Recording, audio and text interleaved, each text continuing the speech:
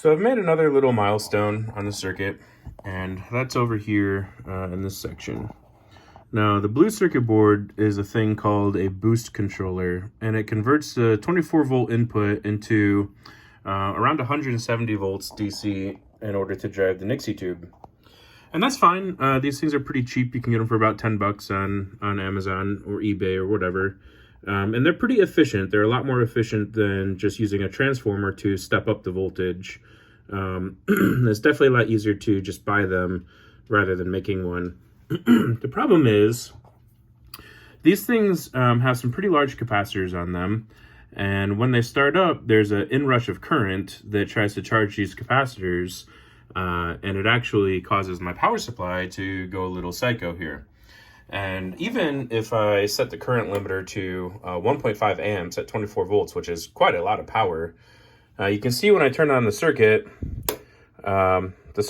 kind of goes a little psycho. And that's because the power supply is overcurrent and it's being current limited to 1.5 amps. So that's bad. Now, what I've discovered is that if I set the voltage quite low, like say 5 volts, and turn it on, and then I can slowly bring the circuit up to voltage. Okay, so now it's at 24 volts and the circuit's working just fine, as expected. So what that tells us is that if we can control the voltage to the circuit, then, you know, it's going to start up just fine. Now, let's go ahead and shut the circuit off. Now, I've just wired in this little jumper to represent the problem.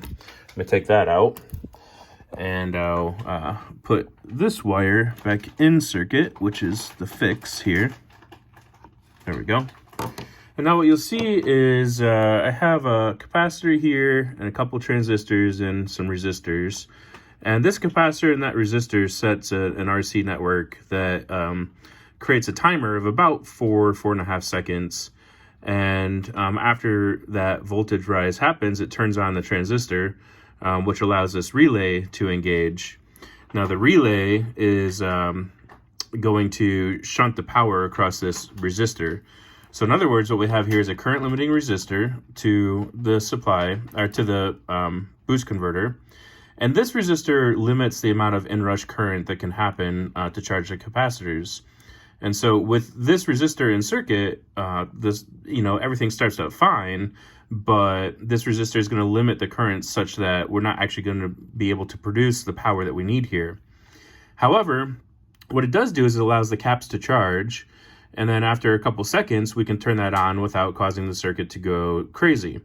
And so what happens then is this relay basically shunts this resistor here by pulling power through the wire and then passing it on to the opposite side of this resistor. So it essentially takes this resistor out of the circuit.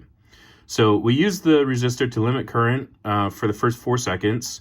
And after 4 seconds, the relay turns on, which shorts the resistor and pulls it out of circuit.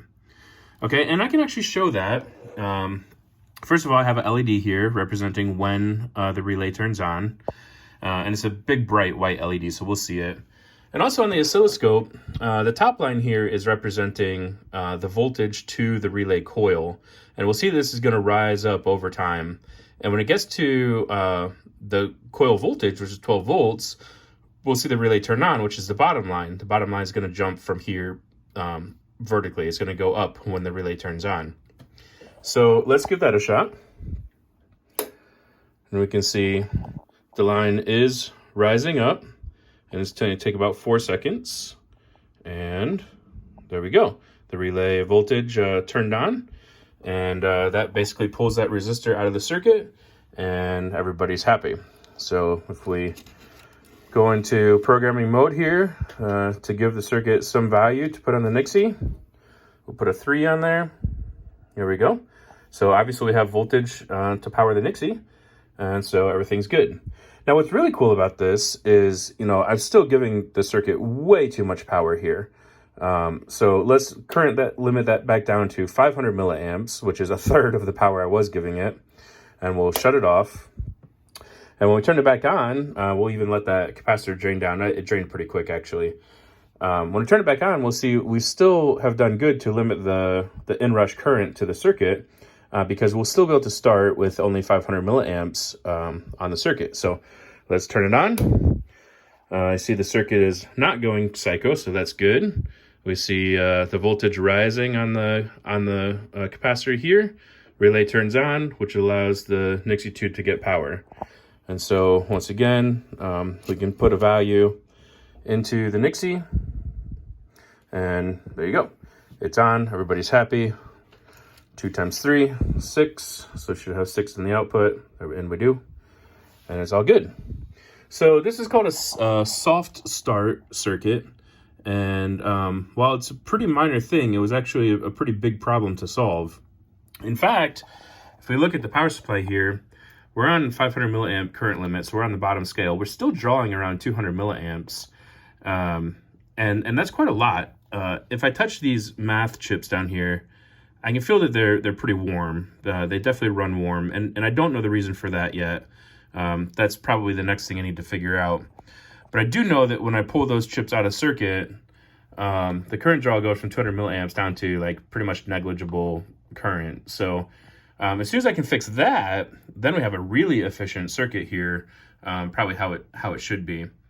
But yeah, so soft start rather is working really, really well, and I'm really pleased with that. That was a lot of trial and error to figure that out, and I finally found a soft start circuit that I felt would work well, and it does work well. So this LED won't stay in the circuit, that's coming out, and this big power resistor is only there because it's 24 volts on a 3 volt LED. So this power resistor and this LED comes out, they're not part of the circuit. But now you can see just how cool it is. Let's do it one more time. So you can see the power go down. I'm gonna let you see the oscilloscope here. So the top line, I'm gonna turn it on. And we see that top line rising up. It's going to get to about 12 volts, and that will trigger the relay coil. There we go. Relay turns on, and we see the power rise, which is the turn on for the relay itself. So pretty awesome.